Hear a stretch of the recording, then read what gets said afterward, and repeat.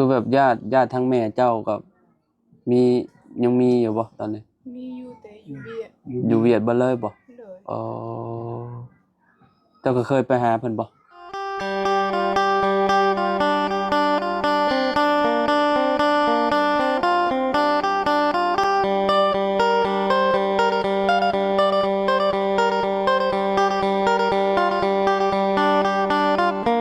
สบายดีสวัสดี FC เบิร์สสุขูสู่คนเนาะบ่ว่าสิอยู่ในและก็ต่างประเทศเด้อพี่น้องมาพบมาพอกันกับเฮาคือเก่าคือเดิมเนาะพี่น้องเนาะเพิ่มเติมคือมื้อนี้พี่น้องเฮาก็เข้ามาทางเฮือนน้องบุตรพี่น้องเอ้ยเนาะครั้งแรกพี่น้องเอ้ยเนาะสิมาถ่ายน้องบุตรเนาะมาก็มา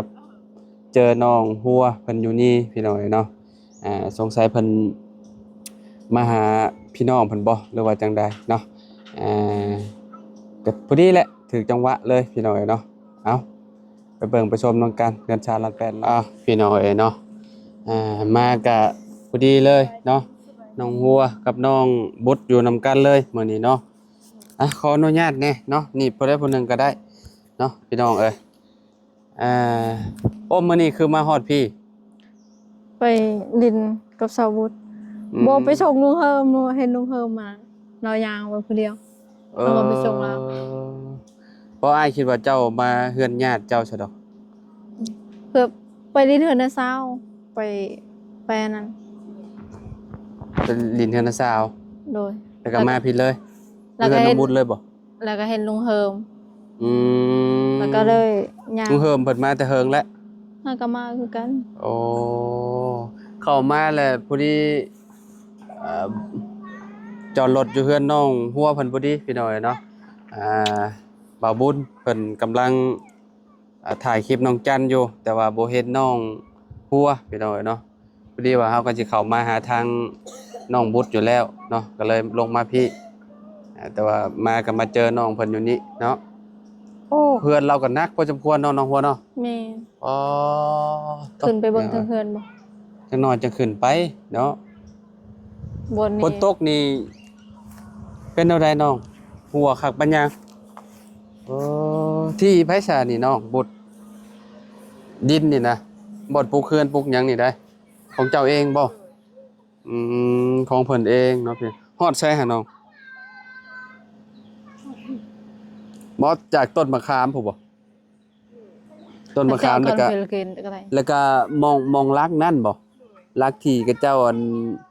วัดน้ำแม่นบ่แล้วก็มานี้มามองลักนี้บ่แม่นบ่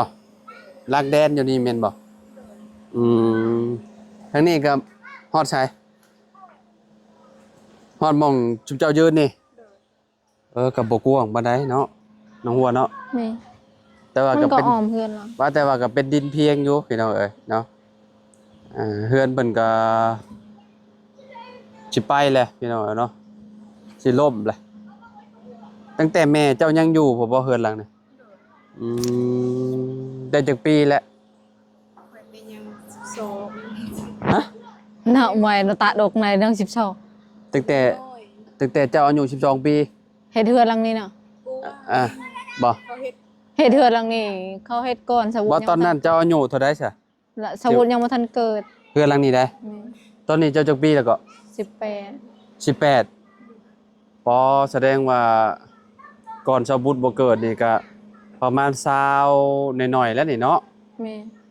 พี่น้อยเนาะประมาณ20กว่าปีแล้วคิดว่าฮอดบ่จะว่าฮอดบ่เพราะว่าเราก็18แล้วเนาะแต่เรายังบ่เกิดเฮือนหลังนี้พี่น้อยเนาะตะกี้แต่ก่อนคือสิมีแต่หม่องเฮือนหลังใหญ่นี่แม่นบ่แล้วก็ต่อนี่ออกมาเนาะต่อเฮือนครัวแม่นบ่เฮือนครัวบ่นี่แม่ปัจจุบันนี่ก็ดังไฟใช้อยู่นี่บ่โอ้พี่น้องเอ้ยโอ้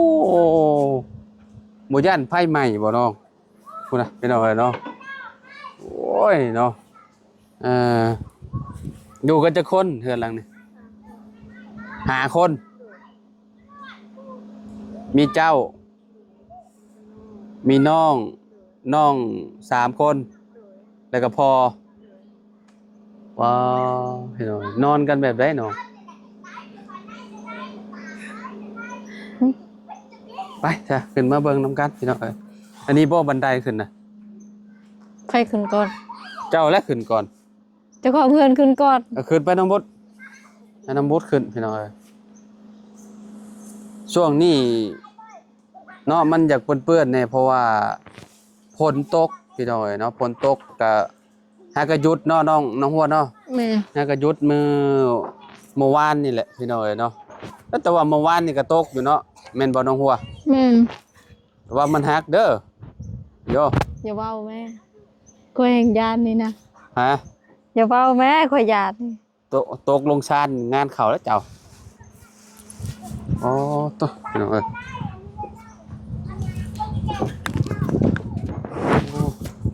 โอ้โอ้โอ้โจ้ ตัวไหน ยุ่ง ไป แท้ ก็ได้เอาไป อ๋อตัวพี่น้องเอ้ยเนาะโอ้สบายดีเด้อพ่อเด้อโดยสบายดีเนาะโอ้โอ้ ได้จนไหน พี่น้องเอ้ยเนาะขออนุญาตขึ้นเทือนได้เด้อพอเด้อเดี๋ยวจะมาลมกันกับเราพี่น้องใช้บ่อนดังไฟ โหมัน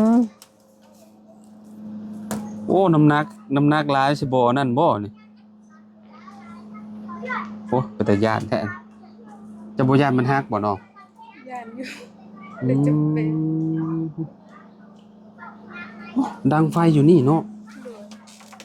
โดย โอ้ยนางน้ำเต้าก็มีโยคักแท้พี่น้องเอ้ยน้องหัวลองไปย่างโยโอ้โยอย่าได้ตกลงปองเลยค่อยๆเลย ยานนะ มาเอาไว้ดอกเนี่ยมันฮักพี่น้องเอ้ยเนาะมันฮักลงนี่บาดเบิดแล้วเนาะมานั่งใกล้ๆพ่อนี่ก็ได้เนาะน้องบุตรเอ้ยพี่น้องเอ้ยเนาะ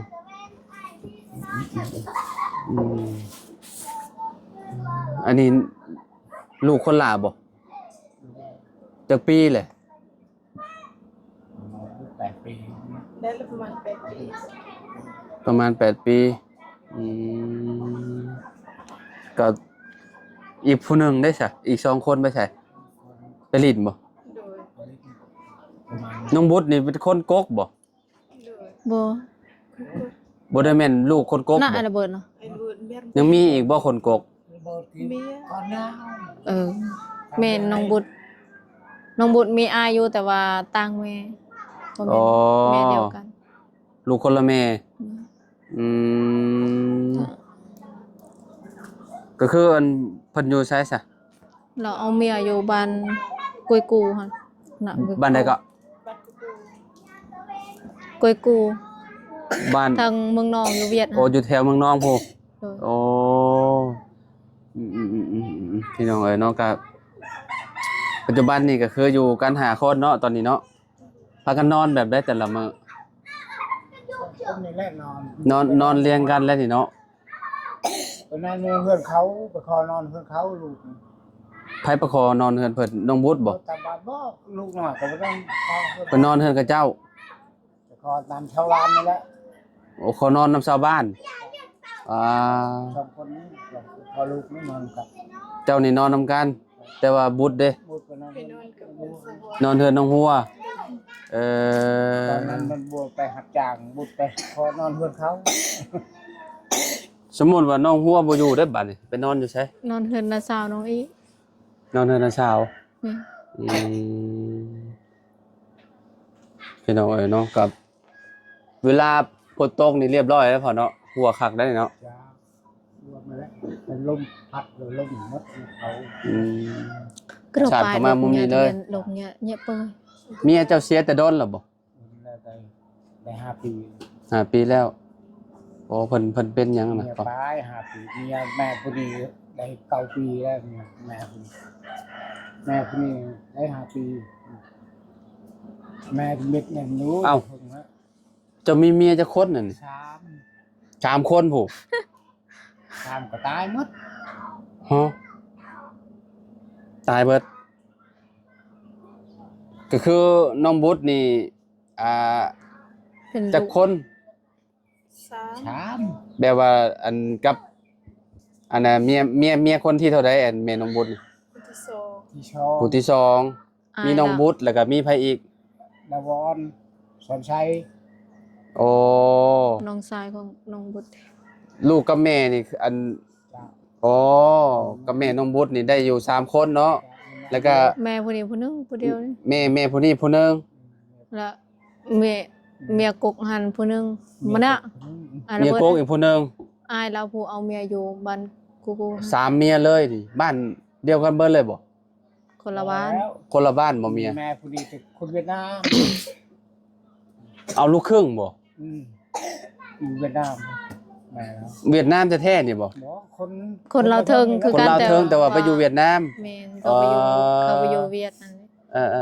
อคือแบบพี่น้องคือกันแบบเขาไปอยู่เวียด เอ บ่เป็นคน แบบว่ามีพี่น้องอยู่พุ่นเนาะแล้วก็ไปมีครอบครัวอยู่พุ่นแต่ก็เลยแบบเจ้าไปเฮ็ดหยังเจ้าคือได้พอกันกับแม่น้องบุตร ไปเฮ็ดเวียกบ่ มันอยู่พัวอยู่ลาวนี่แต่ตายพัวเหมือนกับเอาเอ็กเอา เอาเราก็เคยมีอันครอบครัวมาแล้วอ๋อ ตายเป็นมาห้าง เราเป็นแม่ห้างผัวเราเสียแล้วเจ้า เป็นมาอีก อ๋อแล้วเจ้าไปคบกับเราโอ้เมียเราหลายคนพี่น้องเนาะ3คนเนาะแม่น้องบุตรนี่คน ที่สอง คนที่สอง ที่ชอบ คนที่สามจบเลยบัดนี้เนาะเจ้าอายุเท่าไรแล้วพอ 68 ปี 68แล้วโอ้เฒ่าแล้วซะเนาะคันว่าบ่เฒ่านี่ยันมีเด้เฮาอะเนาะครอบครัวเนาะแต่ตอนนี้ก็คือแบบมีแต่อยู่กับลูกกับเต้าแล้วเนาะอืม เฮ็ดให้บ่ได้ตาก็บ่ได้มัวหมดนะ ตาบ่เห็นหุ่งบ่ตอนนี้ มันมัว เอ่อเอาสมมุติว่าอนาคตน้องบุตรเพิ่นไปมีครอบครัวแหละเจ้าอันนี้ก็ต้องไปมีครอบครัวอีกนี่เนาะไปอยู่นำลูกนำผัวบ่ได้นี่เนาะหมู่ยิงเด้ นี่มันลูกกับพัวไม่แล้วเขา ถ้าเป็นผู้ชายยังว่าได้ ใช่ทำได้เงินได้ทำ มาเบิ่งพ่อเบิ่งหยังเนาะเอาคนนั้นเพิ่นคือบ่มาอยู่นำเจ้าซะ บ่มีเงินแล้วก็ไปอยู่เงินเขา เอาก็เลยไปสู่เพิ่น สู้เพิ่น อ๋อก็เป็นแบบนั้นคือกันเนาะสมมุติว่ามีเงินมีหยังก็สามารถแต่งมาได้เนาะอันนี้ว่าบ่มีก็ไปเป็นเคยสู่เพิ่นเนาะย้อนบ่มีเนาะก็เลยได้ไปอยู่นำเมียพุ่นอ๋อเป็นไข้บ่ เป็นไอ้ เป็นไอ เป็นไอ้เบลคไอ้เป็นไอ้ เป็นโดนแล้วบ่ ชานที่นี่นะ อากาศเปลี่ยนเนาะน้องเอ้ยเนาะเป็นอะไรเจ้า มึนมัดมึนชาบ่นะมึนชามัดโดนเป็นชาบ่ได้ครับ มึนมือบ่ มึนมือมึนตีนกับเบื้องนี่มึนมึดเบื้องนี่แล้วก็บ่ได้มึนมึนเบื้อง มึนภายหนึงเอ่อจะเป็นอัน เมื่อย อัมพฤกษ์อัมพาตพี่น้อยเนาะแบบว่าฝ่ายหนึ่งเลยเนาะเห็นหยังก็ยากบ่ บ่ได้แล้วกรรมกับไรเหมือน กำกับมึนยาวๆว่าพอ ปันเขาปันเบื้องนี้ เอ่อหลุดไปทางใดก็บ่ได้ ไปได้อยู่อย่างไปท้ายไปนั่นไปได้ เอ่อย่างไปเข้าห้องน้ำไม่ได้อยู่ ไหนแต่ทางด้านมันเป็นด้วยเจ็บ อืม แน่นอันนี้มันแน่นตึง อืม ใช้แต่ยามองนั่นแหละ คือว่าลุงเฮิมเพิ่นอันนั้นให้กับเจ้าจัดยามาให้บ่ จ้า แต่ว่าเพิ่นบ่อันนั้น เขาบ่กล้าจัดให้ เพิ่นบ่กล้าจัดให้ เพราะว่าเพิ่นบ่ฮู้โรคเด้เนาะ เพิ่นบอกต้องไปหาเพิ่นก่อนเพิ่นสิตรวจ ก่อน ตรวจก่อนจึงได้กล้าวางยา เนาะถ้าจัดให้ชี้ชั่วก็เจ้าก็บ่กล้าคือกันนั่นแหละคือว่าแหละ ก็เจ้ายันเป็นนั้นเป็นนี้ขยัน เนาะ ก็ ถ้ามันเป็นมาแล้วก็เจ้าก็สิอันน่ะจังยากขนาดพี่น้องเนาะก็ต้องไปกวดให้รายละเอียด แต่ว่าให้ฮู้รายละเอียดนะว่ามันเป็น ย้อนหยังหั่นน่ะจังสิกินยามันจังถึกหั่นน่ะแต่จัดสิชั่วมามันก็แล้วแหละเนาะก็บ่ ฝ ฮู้ น แห สิ ล้ว ตกเอ้ย ตกมาจังไดได้ผลน่ะพี่น้องเอ้ย ตกตลอดอยู่ เนาะโอ้ยพายุคือว่าแหละมันประมาณวันที่19ผมมั้งสิเบิด19หา20ผมบ่จักพี่น้องเอ้ยมื้อเช้านี่ขับรถมายังแดดอยู่คิดว่าเบิดแล้วผลนี่ตกมา แดดเนาะ ฮะ มื้อเช้านี่ โอ้แดดแฮงได้อ้ายขับรถมายังแดดน่ะวันนี้เพราะว่าอันนั้นคักปานยังมืดมาเลยตกมาแล้วพี่น้องเอ้ยเนาะ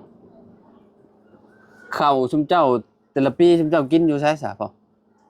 ไปบุญนี่แล้วไปหับจ้าง น้ำมูดไปรับจ้างบ่ไปรับจ้างเพิ่น กินเอาบังมันแหละกินกิโลเสียว อืม น้องสารโลกเย็น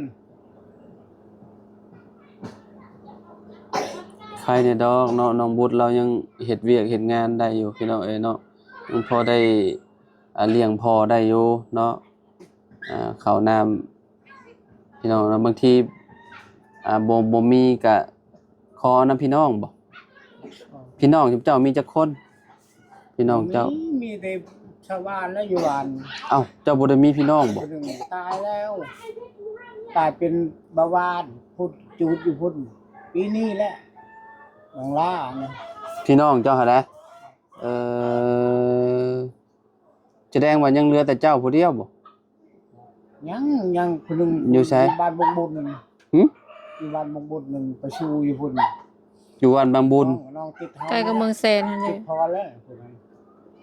บ้าน ใกล้กับเมืองแซนนั่น ใกล้กับบ้านบางแสนบ่ ใกล้ เออ เมืองแสนเลย มีอยู่พี่น้องแต่ห่างกันเขาบ่ได้เบิ่งบ่ได้แย่งกัน พี่น้องอยู่ไผอยู่ลาวนั่นนี่เนาะ แบบเฮาทุกข์เฮาบ่มีหยังเด้ แต่เจ้ามีเบิดทุกคนบ่น่ะจ้ะ บ่มีเด้เกิดแล้วนี่ หึ เกิดแล้วนี่นะ กับพี่น้องแต่ อืม พอ เฮาบ่ถ้าว่าเฮามีครบทุกอย่างเขาก็สิเอิ้นเฮาว่าพี่ว่าเอื้อยคือกัน อันนี้เฮาบ่มีหยังคือสนองก็ จะ คือกั พู น ดจีนเขาเบิ่งค แถวนี้ อืม มันบ่คือแถว ำ มีเงินเข้าห้องว่าพี่ จะมันว่า ถ้าบ่มีแล้วเขาบ่รับญาติ บ่ฮะยานเฮาขอนำเขาเจ้าเด้ คนเฮาเนี่ยมันก็มีหลายเลยพี่น้องเนาะบางคนก็ดีพี่น้องก็ได้บางคนก็แบบคือเฮาแบบเฮาบ่มีบ่หยังแล้วก็แบบว่าพี่น้องก็แม่นแต่ว่ามันคือที่ฮู้หั้นแหละเนาะคือที่น้องบุตรเพิ่นเว้าหั้นแหละพี่น้องมีแต่ว่าแบบเขาเจ้ามีกว่าเฮาเลยเขาเจ้าแบบเขาเจ้าก็บ่ค่อยสนใจกับเฮาเนาะแบบว่า เอาผัดบ่มีเด้อ เขาแล้วสุดลูกเนี่ยเขาบอกว่าให้ อืมก็มีหลายบ่ได้ว่าแต่ว่าซุมเจ้าดอกก็มีหลายคือกันมันก็บางคนก็เจ้าพี่น้องมีก็เจ้าบ่ถิ่มกันก็มีคือกัน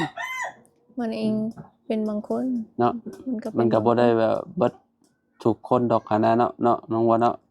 แม่น พี่น้ มั อน ง ก็ เอ้ย เป็นบางคน อืม บางคนที่เขาเจ้าฮู้ฮักแพง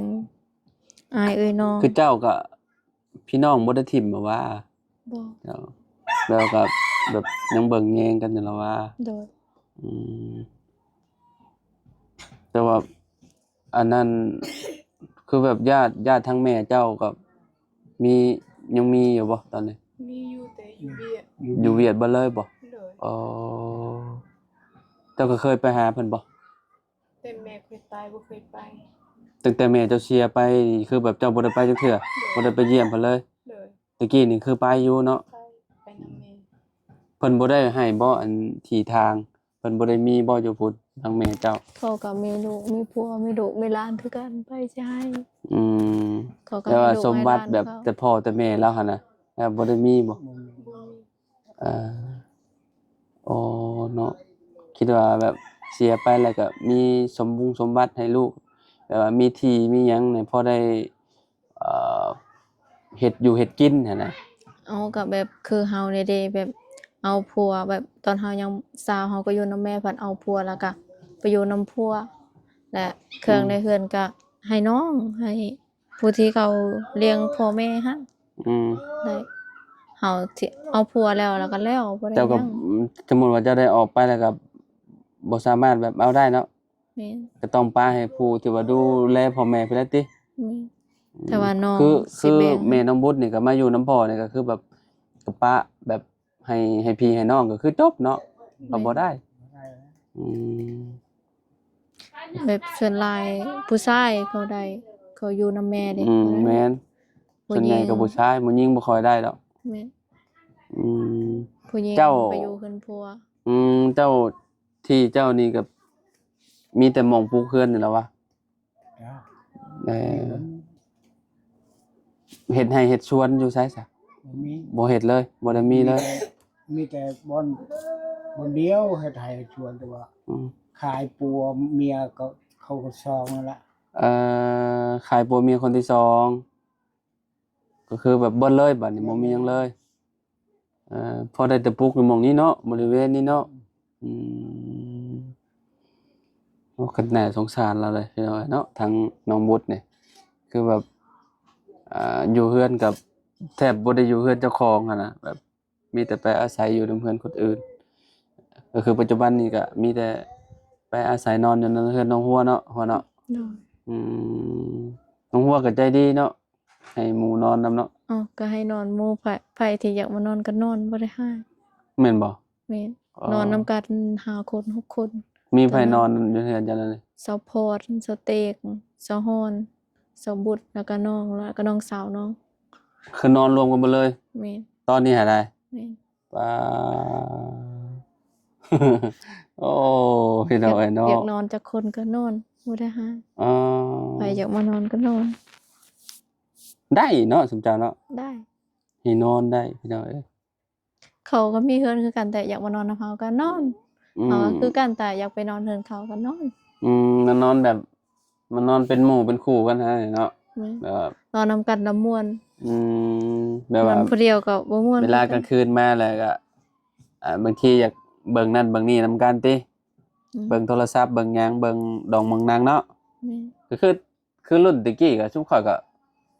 นอนคือกันนอนเฮือนหมู่เฮือนหยังหั่นน่ะแบบว่าเวลาเบิ่งละครจบแล้วก็บ่อยากมื้อเฮือนตัวเองก็นอนเฮือนหมู่แบบนี้นะอันแบบนั้นน่ะเนาะ แม่น อ่า นี่ ก็ ก็คือกันไปเลินแล้วเบิ่งโทรศัพท์ละ อืม คันเมื่อแล้วก็นอนเลย นอนเฮือนหมู่ติ แม่น แบบนั้นเนาะ แม่น มฮ่าพี่น้องพี่น้องทาง น้องบ่ได้หามเรื่องข้าวเรื่องน้ำก็คือกันหมู่มาเลินกินก็กิน กินน้ำเลยติ กินน้ำ เอ่อ มานอนกลางคืนอยากข้าวแล้วกินบ่ได้ อื หาม อยากกินมีหยังก็กินนำกัน อืมแกงหน่อมงหน่อไม้เนาะ แม่น ซุมแชวคักอยู่ยามกลางคืนก็ตำบักหุ่งแหล้ว คือสิอ้ายเอามามีละกลางคืนน่ะอยากตำก็กินก็มี อืม ตับเลยกินข้าวบ่ได้หาว่าบ่ให้กินบ่ให้กิน จักสิเฮ็ดจังได๋เนาะแบบงบเงินเพิ่นก็แบบสมมุติว่าสิไปหาหมอก็ต้องใช้หลายแหละพี่น้องแบบว่าเฮาต้องไปกวดรายละเอียดข้างในหันนะพอน้องหมดคะแนนนอนนี่คือแบบลุกยากบ่ หมอลูกสบายอยู่ ตอน รักษาหมดนะ ตอนลุกนี่ก็ลุกโอเคได้อยู่ ได้ เอ่อ เก็บก็ธรรมดามันไม่ฉากันบ่ได้ ตอนนี้มึนยาวๆบ่ตอนนี้ มัน อืม อันนี้ใครๆได้เบิกดียังมันฮอนๆแต่ก่อนเป็นเย็นหมด ตอนเป็นแรกๆนี่เย็นบ่ เย็นหมด อืม มันเป็นเย็นนี่ยังอยู่บนนี้มันชานี่ชาก็ธรรมดานี่บนนี้ อืม ขากำมือในชาหัวมันเว้น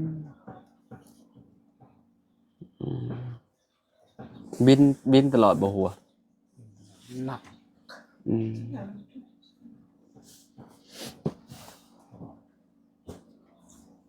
พี่น้องเอ้ยเนาะโรคเฒ่ามาแล้วก็โรครุมเร้าหลายโรคพี่น้องเอ้ยเนาะ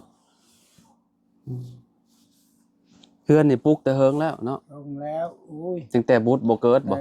บอกก็แล้วบุตร เอาน้องบุตรคือว่ายังบ่เกิดบ่ เออ เราเกิดมาแล้วแม่นบ่ตอนนั้น น้ำบุตรก็แล้ว อืม น้องมันทำตามเกิด อืมน้องบุตรว่ายังบ่เห็นว่ะ เออ ยังน้อยไป ยัง เจอ น้อย อ๋อแสดงว่าปลุกก่อนน้องบุตรสิเกิดอีก เกิด แม่นแล้ววะ อืม อืมโดนอยู่เนาะ เกิดจะ เป็นเอาได้เฮ้ยทางหลังน่ะนาง ยั่วระมะ โอ้ยเนาะจักปีแหละนี่นะ8 ปีเนาะอ๋อ ประมาณ8 ปี นะแกก็จะรับละ อืม ตลกชุกถึงใหญ่ไข่ระดับไปถึงดับก็ดับกว่ากระจายจะปุยกว่า ปอกเลยเยี่ยมตาบอดมันเลยเอาละ เอาซะปะลงเลาะเบิ่งเฮือนเพิ่นจักเล็กจักน้อยอีกรอบหนึงก่อนเนาะพี่น้องเอ้ยให้ FC เบิ่งนำกันเนาะว่าเป็นจังไดจังไดก็เนาะเป็นกำลังใจให้หายไวๆเด้อพ่อเด้อเนาะพี่น้องเอ้ยไปน้องบุตรน้องหัวเลาะเบิ่งก่อนพี่น้องเอ้ยเลาะเบิ่งพี่อยู่รุมพี่บาดนี่เนาะโอ้ขนาดเลยเด้อพี่น้องเอ้ยเนาะโอ้โยพี่น้องเอ้ยโอ้โอ้พี่น้องพ้นกลับมาพี่น้องเอ้ยเนาะอืมโอ้วางได้อีน้องหัวโอ้เนาะอืมหลายปีแล้วเราวะเพื่อนเราเนี่ยประมาณ20 ปลายปีเลยพี่น้องเอ้ยสังกะสีรุ่นตะกี้คือสิทนดีอยู่เขาวะแดงคักปัญญักพี่น้องเอ้ยเนาะโอ้เนาะ ยาวอีก อ๋อมุมนี้ใส่ผักอันนี้เนาะสังกะสีเนาะเป็นอะไรน้องหัวนักบ่ หนัก เพื่อนนี่แหละ หนักโอ้ พี่น้องเอ้ยเนาะถือว่าแบบสุดๆเพื่อนน้องบุตร หนักกว่ายังอีก มียังสเต็มอยู่กองตาราง กัน ใส่ยัง ใส่ป้า ใส่ปลาเวลานำลงประมาณเดือน4เดือน5 ใส่ปลาบ่อ๋อคักอยู่ได้เนาะพี่น้องเอ้ยเนาะอันนี้มียังใส่น้องมองน้ำท่วมบ่โอ้มันวัดน้ำต้นนี่ ก็จะเอาสิประมาณวันน้ำสิขึ้นฮอดใสเราก็เลยติด ตะกี้น้ำท่วมฮอดหลังคาผม มีวันนี้มันเป็นอย่าง ฮะตัว E 8E 9E 4E อ้ายพี่น้องเอ้ยเนาะก็ ก็คือเตี๋ยแท้ ประมาณนี้เนาะน้องหัวชูงเท่าไหร่ เมตร หึ 148 148 แม่นค่อยเตี๋ยแท้ บ่เตี้ยธรรม เตี้ย ดาอยู่ เบิ่งหลักสำนี้ซื่อๆน่ะอ่า เม็ดหาปลายเนาะ หาปลายสิบ่ เม็ด50ได้บ่ ค่อยแทกตอนนั้นเม็ด148ตอนค่อยอยู่สวัสดิ์ เม็ด148โอ้โหบ่ฮอดเม็ด50ติ โอ้โห โอ้ยพี่น้องเอ้ยเนาะ เตี๋ยแท้เตี๋ยว่า น้องบุตรนี่น่าสิประมาณ 60ปลาย 106สำข่อยพุ่นแหละ106เนาะ ค่อยแทกตอนค่อยอยู่สวัสดิ์ค่อยไปเฮ็ดเวียกอยู่สวัสดิ์ เจ้าว่าเจ้าสิยืดขึ้นบ่เจ้าว่า บ่ หืม มันสิลง หืม มันก็สิเท้าลงไปสิสูง นับมือนับเท้าแล้วเนาะ แม่น เออ เท้าแล้ แม่น ว เลย พี่น้องเอ้ย อายุช่วง14-15พูดคนกำลัง สิเริ่มใหญ่ แม่น สูง กำลังเริ่มใหญ่ นี่มั คะ น แน ก็ น สิ ว่า ลง 19ปีนี่ก็ยังสิใหญ่อยู่ นับถอยหลัง 19 20นี่ยังมีโอกาสยืดได้อยู่ นับถอยหลัง โอเคฉันเนาะเดี๋ยวอ่า สิพากันไปเฮือนน้องหัวแล้วบัดนี้พี่น้องเอ้ยเนาะมื้อนี้ก็มาอัปเดตเนาะนี่แหละเฮือนน้องบุตรให้เบิ่งครั้งแรกพี่น้องเฮาก็บ่เคยถ่ายให้ FC เบิ่งจักเทื่อพี่น้องเอ้ยเนาะมีแต่บ่าวตูนลุงเฮิมและบ่าวเพิ่งบ่ โดย บ่เพิ่งแล้วก็บ่จันทร์แล้วก็บ่ บ่าวจันทร์ สารวัตร บุญสารวัตรไปอีกบัดนี้ ขอบคุณมันปลาห้องพ่อย บ่มุนปา ยังบ่เคย โดย เฮาก็ครั้งแรกพี่น้องเอ้ยเนาะ แล้วก็บ่ไล่ เบาไล่เนาะที่ว่าเพิ่นก็เคยแบบเข้ามาถ่ายโอ้หลายแล้วทีมงานหลายคนเติบแล้วเนาะทั้งชุมเฮาก็อยากนี่แหละอยากให้เพิ่นได้เฮือนได้ซ่านพี่น้องเนาะถึงว่าหลังบ่ใหญ่กับพอได้ให้น้องมุดเพิ่นอยู่พี่น้องเนาะอยู่กับพ่อเพิ่นน้องเพิ่นนั่นน่ะอืมถ้าเฮ็ดใหม่นี่ก็ปะโท เติบหนึ่งเลยพี่น้องเบิดหลายอยู่เนาะเพื่อนหลังนี่กับบ่ฮู้ว่าเราอ่าเฮ็ดแบบจ้างคนบ่หรือว่าจะเรียกว่าเราเฮ็ดเองบ่ ชาวบ้าน ชาวบ้านเฮ็ดช่วยบ่เออชาวบ้านช่วยกันเนาะ ชาวบ้านซอยกัน อืม เพราะว่าเขาตัดใหม่ครบมาแล้วเขาก็ไปเฮ็ดซอย แล้วก็เจ้าก็แบบหาวานก็เจ้ามาช่วยเนาะเพื่อนเจ้าตะกี้ก็วานก็เจ้าบ่หรือว่าอะไร ตะกี้หั่นน่ะ อืม บ่ลุงน้องเฮ็ดมีแต่เขาเอาขึ้นเสาหั่นซื่อ ลุงเจ้าเฮ็ดให้ ๆลุงกับน้าบ่าว อืมเพราะว่าเราเป็นช่างเนาะ โดย อ่าๆๆ ลุงกับน้าบ่าวเฮ็ดให้ อืมน้องหัวนี่ก็โชคดีพี่น้องเอ้ยเนาะตอนนี้ก็ได้เฮือนหลังงามๆอยู่แหละเนาะบ่หนาวแล้วบัดนี้มีแต่ร้อนอย่างเดียวเนาะหัว เอ่ออันนี้คือมันยังซะนี่น้ำคือบ่ท่งอยู่บ่อนตำเข้าบ่ โดย อ๋อย่าตำแล้วบ่นั่นนี่น่ะฮะ บ่ได้ตาม บ่ได้ตำแล้ว โดย เออตะกี้ตำบ่ตะกี้ ตาม แม่น ข้าวบ่มีให้ตำน่ะติ เออ บ่มีข้าวให้ตำแล้วเนาะโอเคพี่น้องอยู่ดีมีแฮงบ่สุขุทุกคนเนาะจังใดก็ขอบคุณพ่อแม่พี่น้อง FC บ่สุขุทุกคนเนาะที่